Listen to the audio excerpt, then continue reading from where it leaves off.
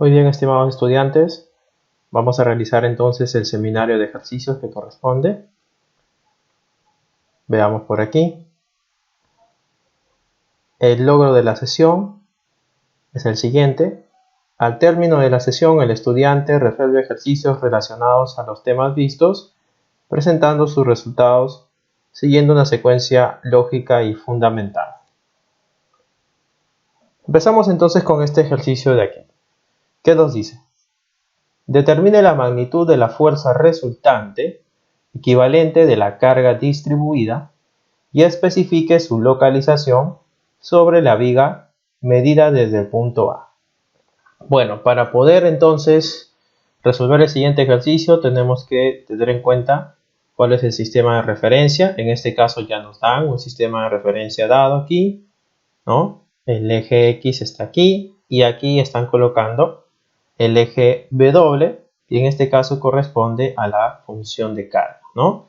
Y la función de carga nos están dando por acá, vamos a colocarla nuevamente. W, ¿no? Que depende de X, es igual a 5 por X menos 8 elevado al cuadrado más 100. Esta es la función de carga, ¿no? Está en libras por pies, en unidades de libras por pies. Bien, para encontrar entonces el valor de la fuerza resultante, ¿sí? El valor de la fuerza resultante, sabemos que es la integral de la función de carga diferencial de X sobre toda la viga, ¿no? Pero así como está, en este caso la función de carga, no sería tan sencillo de integrar. Vamos a resolver este binomio al cuadrado para poder integrar mucho más fácil. Entonces, la función de carga que depende de X será 5 por, aquí sería cuadrado del primer término, menos doble producto del primer término por el segundo, más cuadrado del último término, que es 8 al cuadrado, 64, ¿no? Todo esto más 100. Y continuamos entonces resolviendo por aquí. Tendríamos 5 por x al cuadrado, 5x al cuadrado, aquí sería menos 16x, ¿verdad? Por 5, entonces tendríamos menos 80, en este caso x. Y luego aquí vamos a multiplicar el último término, ¿no? 64 por 5. Aquí tenemos entonces más 320. Más los 100 que quedan aquí solito, directo ya lo vamos a poner, más 420. Así tendríamos entonces la función de carga para que podamos integrar de forma más inmediata.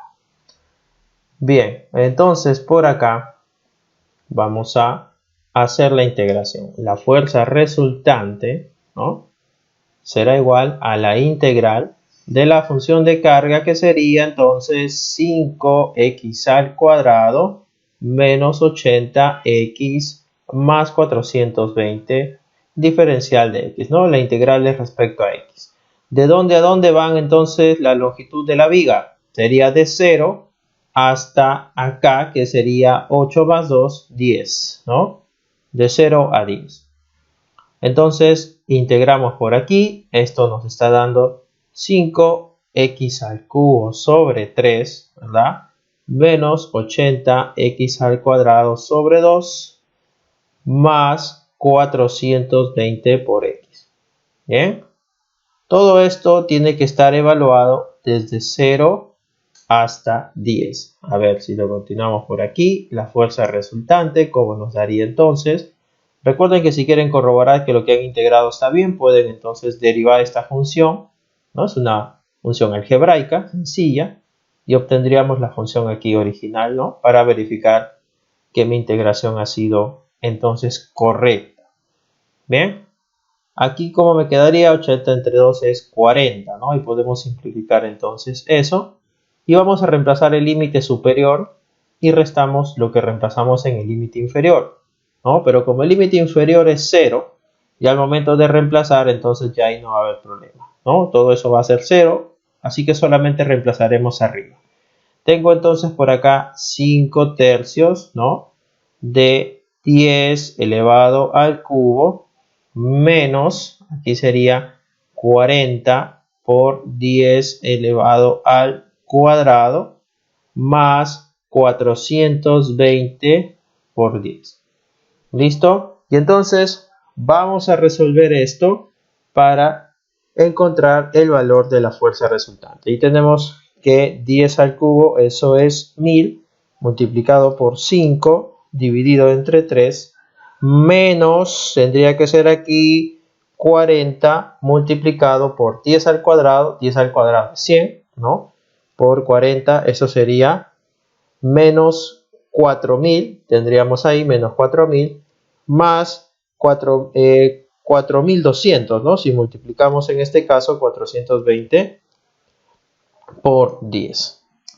Y nos está dando que la fuerza resultante tiene un valor de, vamos a ponerlo por acá, 1866.67, ¿no? Aproximando a 2 decimales, en unidades de Newton. Esa sería la fuerza resultante, ¿sí? Ahora también nos están pidiendo que encontremos en dónde se encuentra ubicada respecto al punto A. Sabemos que la fuerza resultante va a estar ubicado en el centroide, ¿no?, de la figura, en este caso formada por la distribución de carga. Así que nosotros podemos bien aquí entonces aplicar lo siguiente. Vamos acá. Sabemos que el momento resultante respecto al punto A será dado por la coordenada x del centroide multiplicado por la fuerza resultante. Si quiero encontrar la coordenada x del centroide, tendré entonces que dividir el momento resultante, ¿no?, respecto al punto A sobre la fuerza resultante. La fuerza resultante ya lo hemos encontrado. Ahora nos quedaría calcular el momento resultante respecto al punto A. Y esto se calcula de la siguiente forma.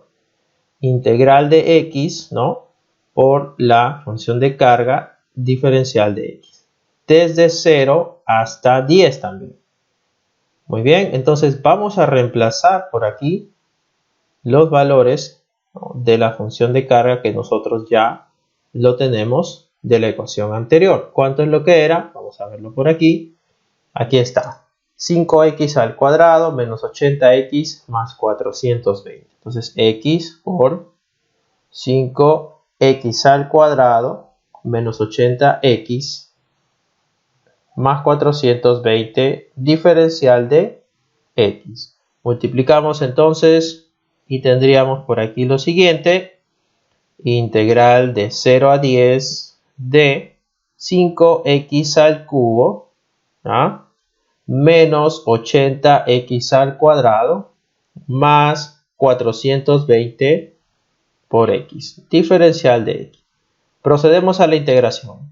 5x a la cuarta sobre 4 menos 80x al cubo sobre 3. Y aquí nos estaría quedando en el último término más 420x al cuadrado sobre 2. Recuerda que todo eso tiene que estar evaluado de 0 a 10. Vamos a ver si hay algo por aquí que podemos simplificar. 420 entre 2, aquí tenemos 210. ¿Bien?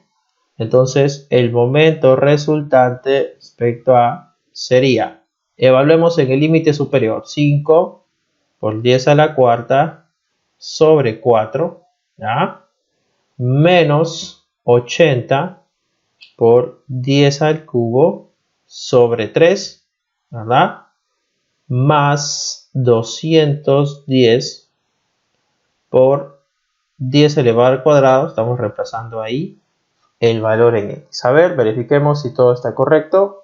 Muy bien. Ahora procedemos entonces a resolver. 5 por 10 a la cuarta, ¿ya? 10, entonces 10 a la cuarta es 10.000, por 5, 50.000, entre 4, 12.500, ¿no?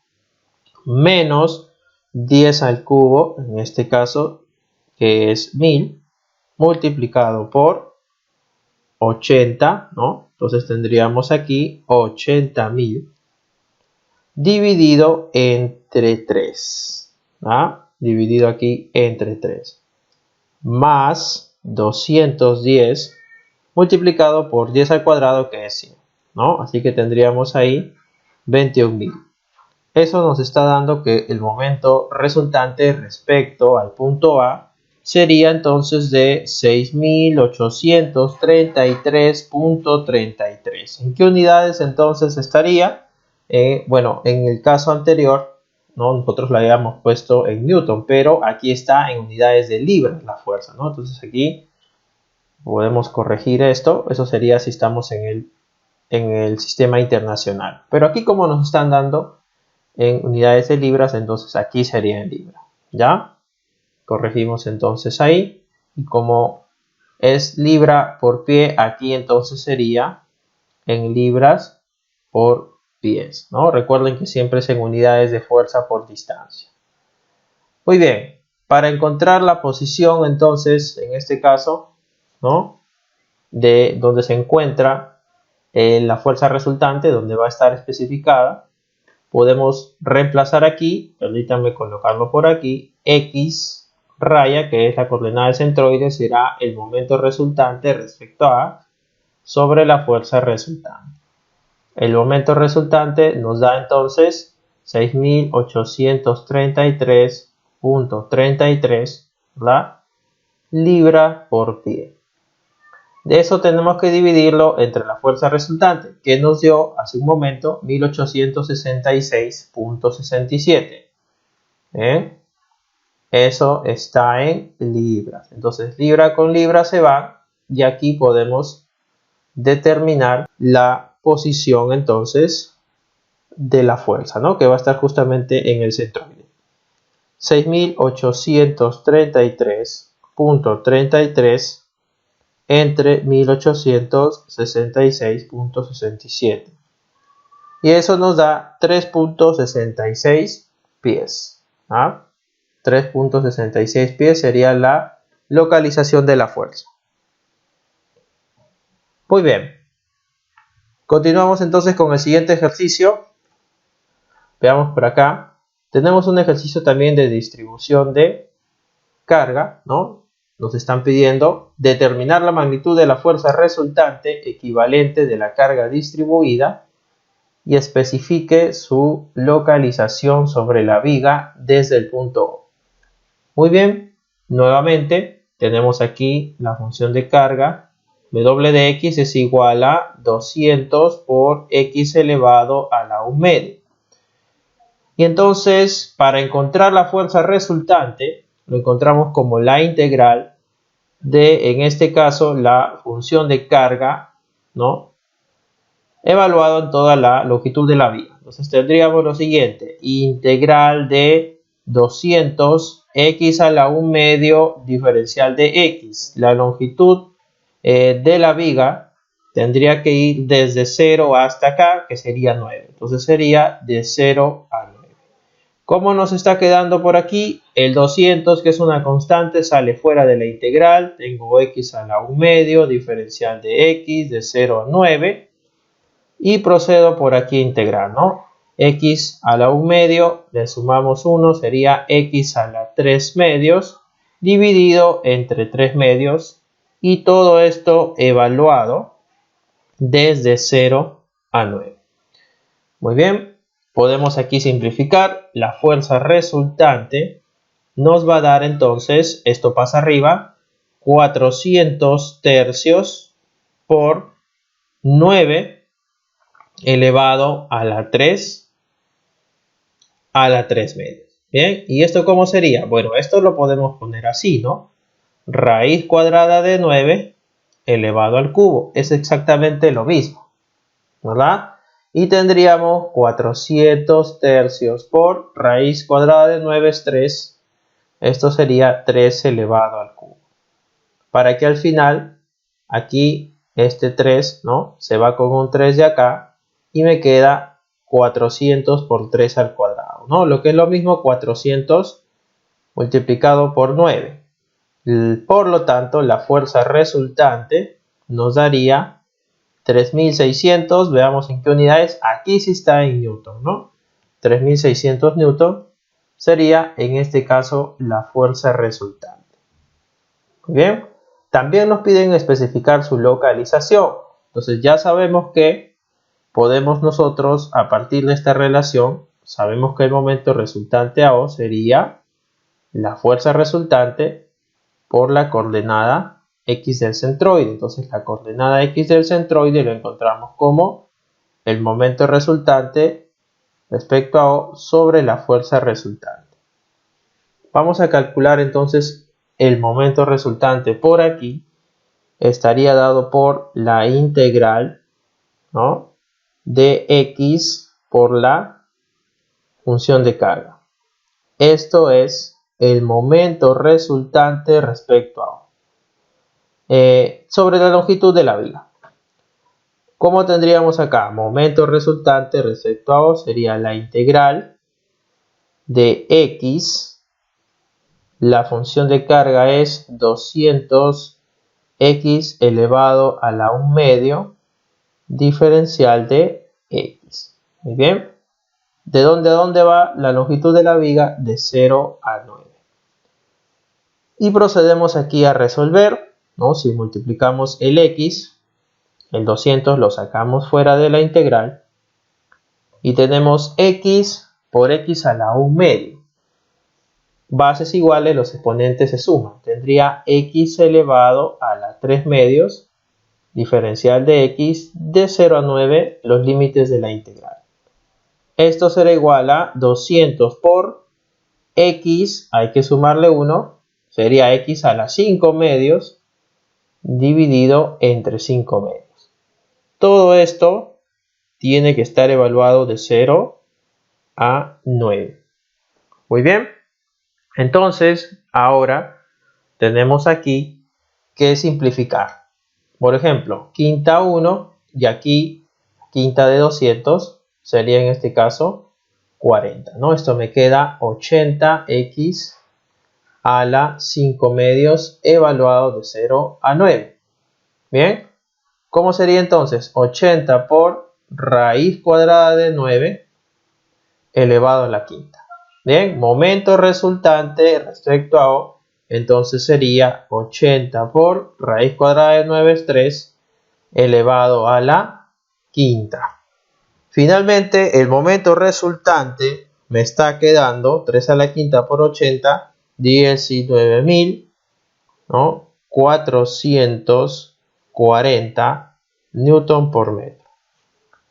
Nos piden la localización, ¿verdad?, de la fuerza resultante. Eso es coordenada del centroide, sería el momento resultante respecto a O sobre la fuerza resultante. Entonces tenemos 19.440 newton por metro. Eso lo tenemos que dividir entre la fuerza resultante que nos había dado 3.600. Ahí que ponemos 3.600 newton. Newton con newton se elimina. Y entonces la coordenada X del centroide para este ejemplo nos da 5.4 metros. Tendríamos aquí 5.4 metros. Muy bien, continuamos con el siguiente ejercicio. Nos dice, determine la fuerza normal, la fuerza cortante, ¿no?, y el momento flexionante en el punto C de la viga que se muestra en la figura, ¿no? Entonces que tenemos que calcular fuerza normal, fuerza cortante y momento flexionante o momento flector, específicamente en el punto C. ¿Bien? Entonces vamos a analizar, ¿ya?, en este caso, cuál sería la fuerza que está actuando justamente ahí, ¿no? Haremos entonces un corte acá en el punto C, pero para eso necesitamos ver cuál es la fuerza que está recayendo justamente ahí en ese punto, ¿no? La intensidad en este caso de la carga que está ahí. Muy bien, para eso podemos entonces, como aquí vemos que se está formando un triángulo, ¿no?, y cuando la fuerza recaiga aquí, también se va a formar un triángulo, podemos encontrarlo a través de triángulos semejantes. Tendríamos más o menos una gráfica de este tipo, ¿no? Para encontrar la carga justamente allá en el punto C. Porque luego, cuando analicemos este segmento de la viga, vamos a necesitar calcular la fuerza resultante solamente que actúa ahí, ¿no? Porque vamos a analizar en el punto C. Y si vamos a analizar en el punto C, por ahora no nos interesa entonces encontrar las reacciones aquí en el soporte, ¿ya? En este caso, ya que solamente vamos a analizar el segmento BC que nosotros tenemos por aquí. Muy bien, listo. Entonces, si trabajamos entonces por aquí con triángulos semejantes, conocemos el largo del triángulo más grande y aquí la altura, ¿ya? Vamos a relacionarlo de la siguiente manera. Veamos por aquí.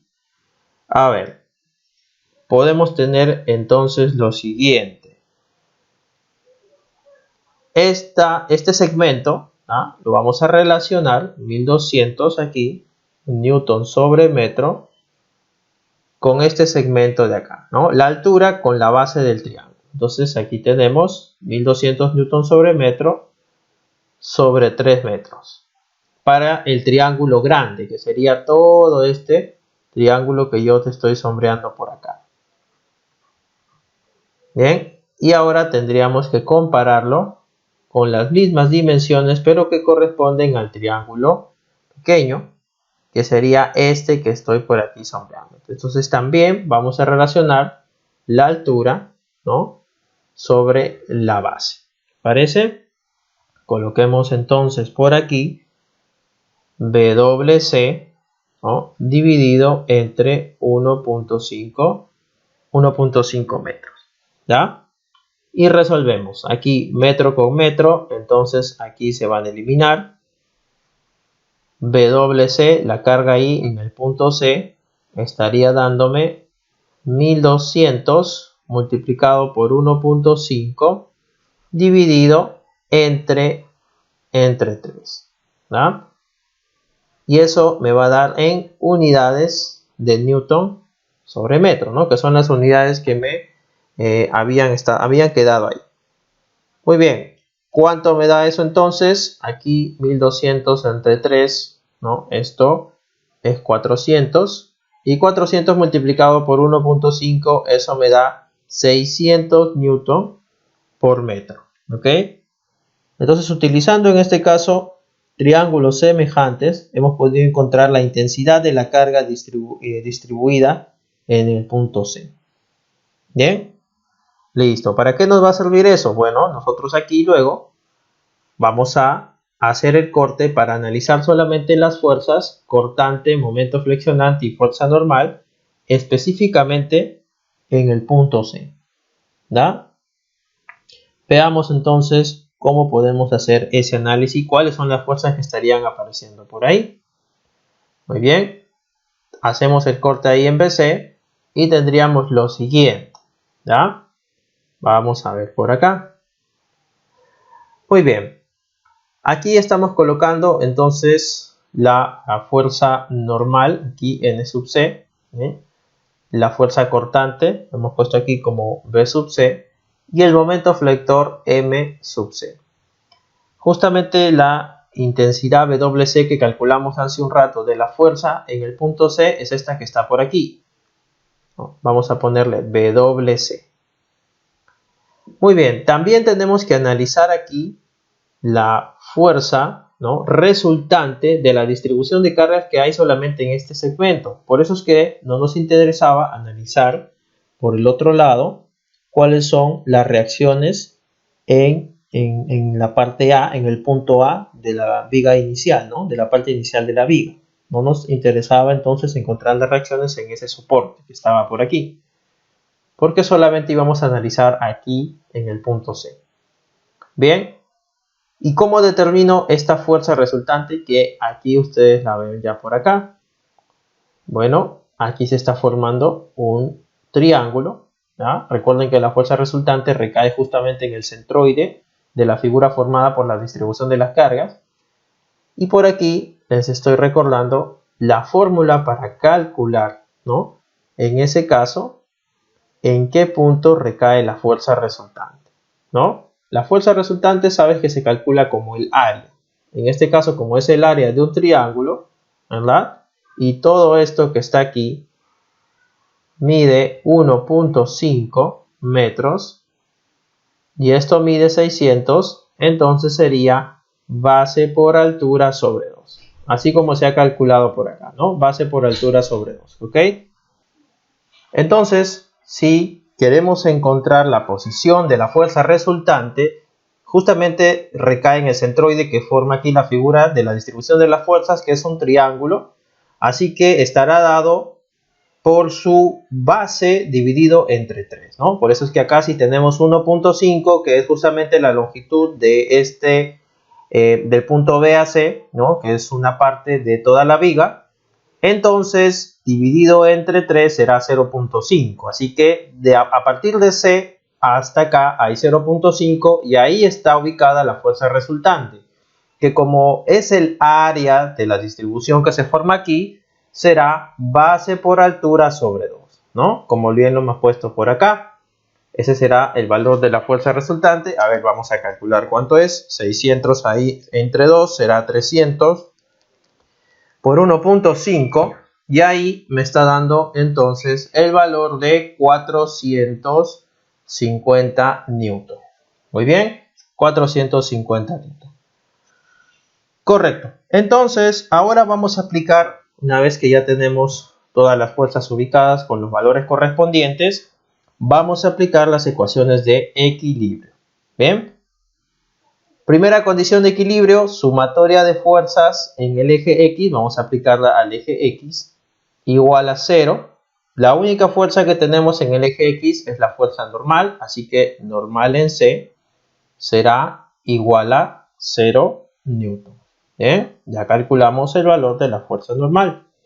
Sumatoria de fuerzas en el eje Y igual a 0. Vamos a tomar que las fuerzas que van hacia arriba, tomarlas como positivas y las que van hacia abajo serán negativas. Hacia arriba tengo entonces la fuerza aquí cortante B sub C, así que ella irá como positivo.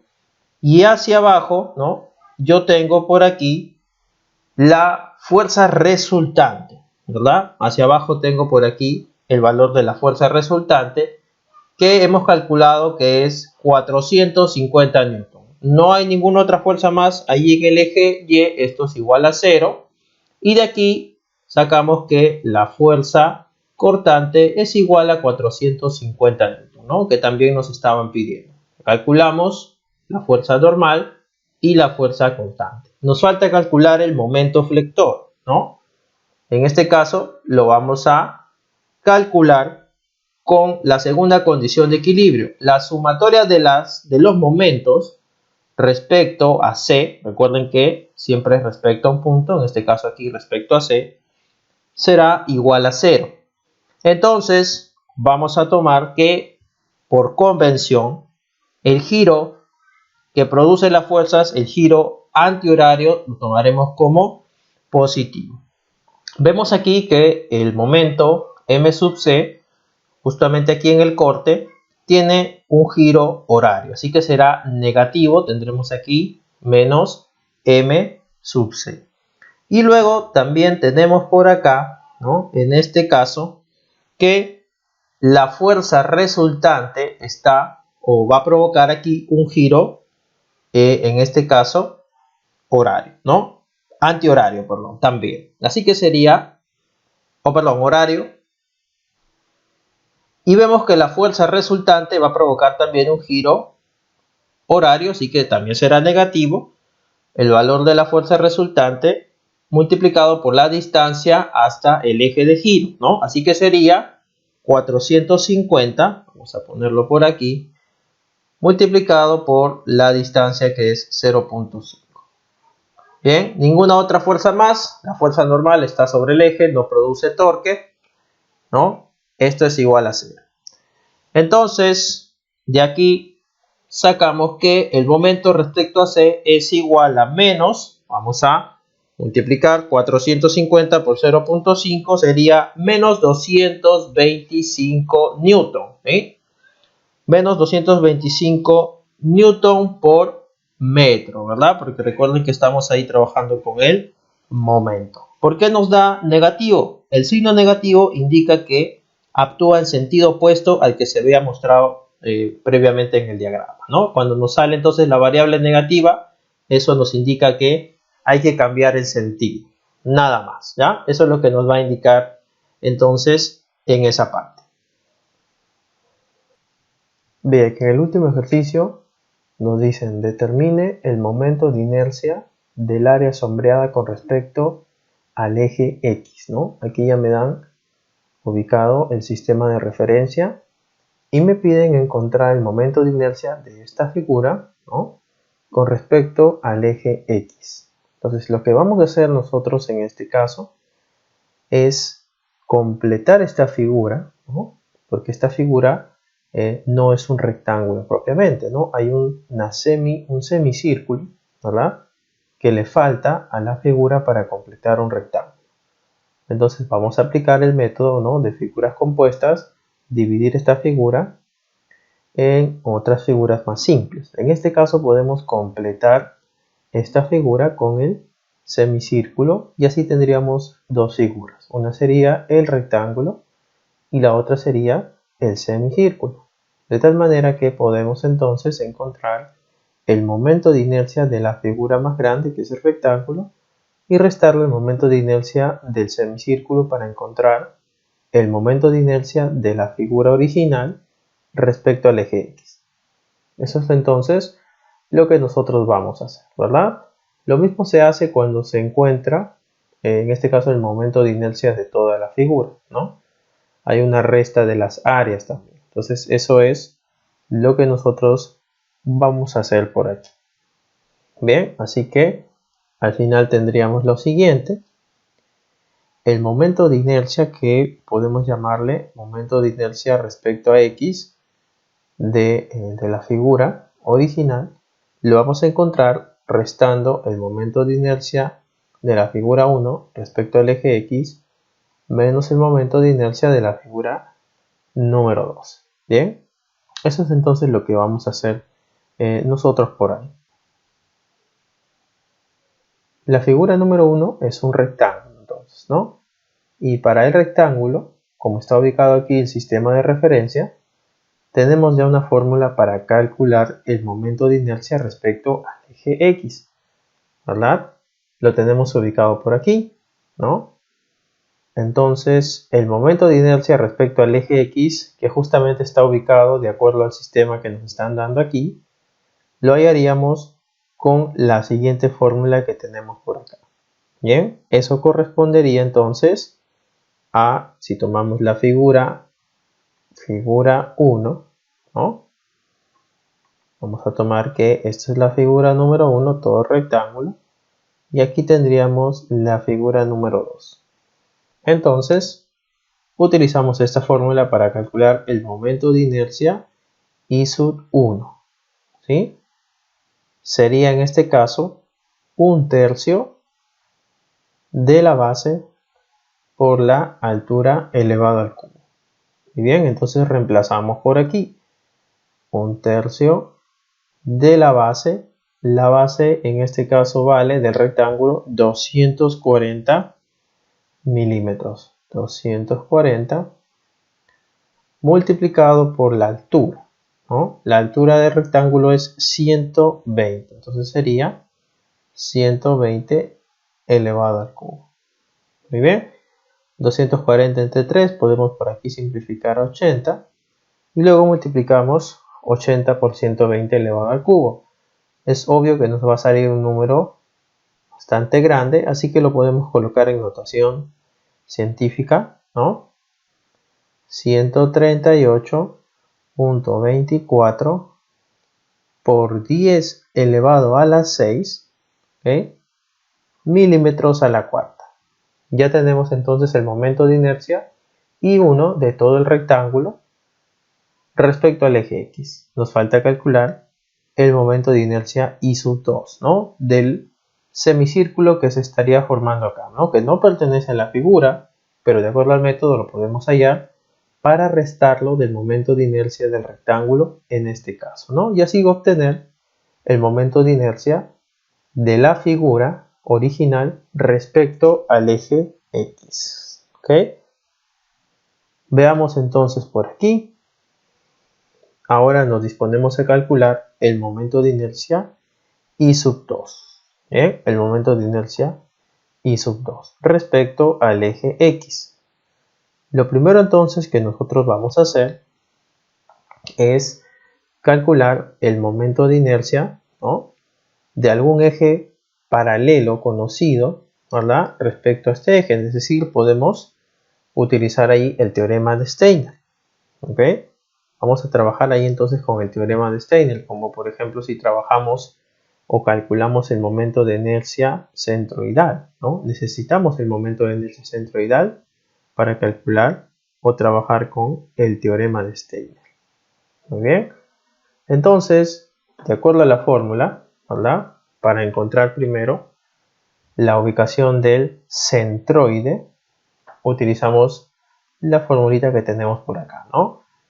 Si el sistema de referencia está ubicado en esta posición, para la coordenada X del centroide simplemente coincide con el radio, y para la coordenada Y sería 4R sobre 3pi. Más o menos entonces podría estar ubicado a esta altura, ¿no? Podemos ubicarlo más o menos por aquí. A ver, vamos a ponerlo. Supongamos que por aquí recae el centroide, ¿no? Entonces, la medida aquí, esta medida que vamos a poner por acá, sería la medida de Y, ¿no?, la coordenada Y del centroide, que si la vamos a calcular, tendría que darnos de la siguiente manera: 4 veces el radio arriba, el radio vale 90, así que sería 4 por 90, dividido entre 3 por pi, ¿no? Entonces, ¿cómo me estaría quedando esto? 4 por 90 entre 3 por pi me da 38.20 milímetros. ¿Ok? 38.20 milímetros sería en este caso, ¿no? Muy bien. Entonces, nosotros tenemos una fórmula para calcular el momento de inercia, ¿no?, de la figura, en este caso el semicírculo, pero respecto a un eje que no es el centroidal, sino un eje que estaría ubicado de la siguiente manera. Obviamente aquí el semicírculo está de cabeza, ¿no? Y el eje justamente coincide aquí con el diámetro, el eje X, es decir, estaría por aquí encima. ¿Ah? Entonces vamos a utilizar en este caso la fórmula que tenemos aquí para poder calcular el momento de inercia respecto a este eje, ¿no?, que podemos llamarle entonces el eje, vamos a por aquí subrayarlo, vamos a llamarlo el eje A', ¿ok? Solamente para darle un nombre, el eje A'. Y por aquí podemos calcular entonces el momento de inercia, vamos a ponerlo por acá, respecto al eje A'. Se puede trabajar con la fórmula que tenemos por aquí, ¿eh? 1/8 de pi por el radio elevado a la cuarta. El radio vale 90, ¿no?, elevado a la cuarta. Ese valor entonces me está dando, vamos a ponerlo por aquí, momento de inercia respecto al eje A', 25.76 por 10 a la 6 milímetros a la cuarta. ¿Bien? Milímetros a la cuarta. ¿Por qué hemos calculado, ¿no?, este momento de inercia? Para, a través de el teorema de Steiner, nosotros poder calcular el momento de inercia centroidal, en este caso, ¿no? El momento de inercia centroidal. ¿Cómo lo vamos a hacer? de la siguiente manera. El teorema de Steiner dice que este momento de inercia A', lo podríamos calcular como el momento de inercia centroidal de la figura 2 más el área de la figura por la distancia elevada al cuadrado, ¿no? La distancia de separación entre los dos ejes. Bien, entonces aquí se encuentra, en este caso, el eje A', ¿no? Y por aquí está pasando aproximadamente, ¿sí?, nuestro eje centroidal, ¿no?, que pasa por el centroide. Entonces, si nosotros queremos encontrar el momento de inercia del eje centroidal, despejamos de esta ecuación. Tendríamos momento de inercia 2c sería igual a momento de inercia A' menos A por la distancia de los dos elevado al cuadrado. Y ahora simplemente vamos a reemplazar para poder calcular. A ver, reemplazamos por acá. Y 2c, momento de inercia centroidal, ¿no?, respecto a la figura 2, sería el momento de inercia respecto al eje A', que lo tenemos por aquí. 25.76 por 10 a la 6 milímetros elevado a la cuarta. ¿Ok? Milímetros elevado a la cuarta. Y eso hay que restarle el área multiplicado por la distancia al cuadrado. Bueno, el área del semicírculo es pi por radio al cuadrado sobre 2. Así que sería pi por 90 al cuadrado sobre 2. Y eso multiplicado por la distancia entre los dos ejes elevado al cuadrado. Pero justamente esa distancia, ¿no?, esa distancia de aquí hasta acá, coincide con la coordenada y del centroide, que es 38.20. ¿Y qué sería? 38.20 elevado al cuadrado. Bien. Así que, ¿cuánto nos está quedando por aquí? I2C, si calculamos, nos da 7.19. ¿Listo? Por 10 a la 6 milímetros elevado al cuadrado. Muy bien, ese es el momento de inercia centroidal, respecto a la figura número 2. ¿Ah? Ahora, ¿para qué nos sirve el momento centroidal respecto a la figura número 2? Porque ahora, conociendo ese valor, ya vamos a poder encontrar el momento, ¿no?, de inercia de la figura 2, pero respecto al eje X que tenemos por acá, ¿no? Respecto ahora al eje X.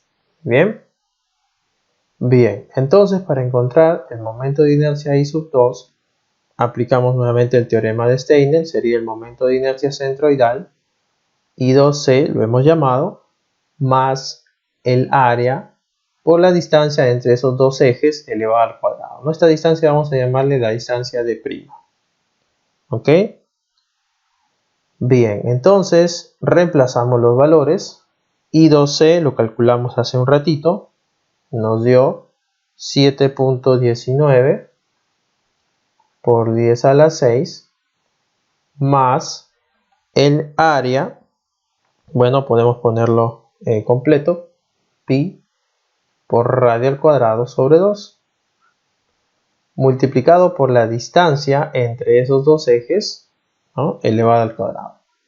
Bien, el eje centroidal estaba más o menos por aquí. Lo ubicamos. Y la distancia que yo necesito, esa distancia de prima, es esta distancia de acá hasta acá. Como sabemos que esta distancia de aquí era el valor de la coordenada y, es decir, nos había dado cuando calculamos 38.20, ¿no?, milímetros, y todo esto es 120 milímetros. Entonces la distancia de prima será 120 menos 38.20. Eso nos da un valor de 81.8.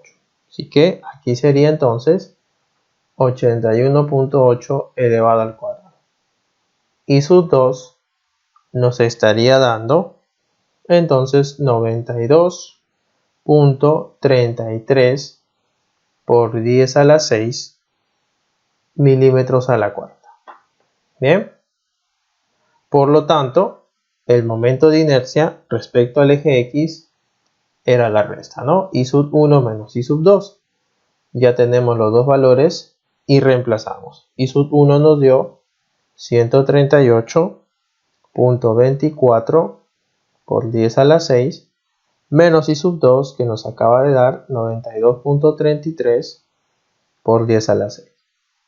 Finalmente, el momento de inercia de la figura respecto al eje X nos da 45.91 por 10 a la 6 milímetros a la cuarta.